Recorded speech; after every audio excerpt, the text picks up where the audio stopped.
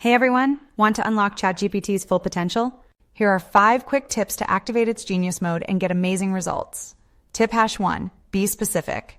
Instead of saying write a caption, say write a 3-sentence Instagram caption for a skincare sale. The more details, the better. Tip hash 2, assign a role. Instead of what's a good business name, try you're a brand strategist. Suggest 5 names for a wellness brand. This makes the response more professional. Tip hash 3, use examples. Give ChatGPT a template like write a DM similar to this example, but for a graphic design service.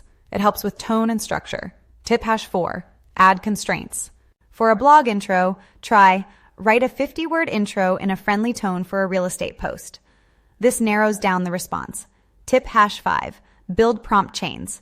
Start with summarize this in 3 points, then follow up with turn that into a LinkedIn post. Guide the AI through the process. Try these tips and watch ChatGPT work like a pro. Like, share, and follow me for more AI tips.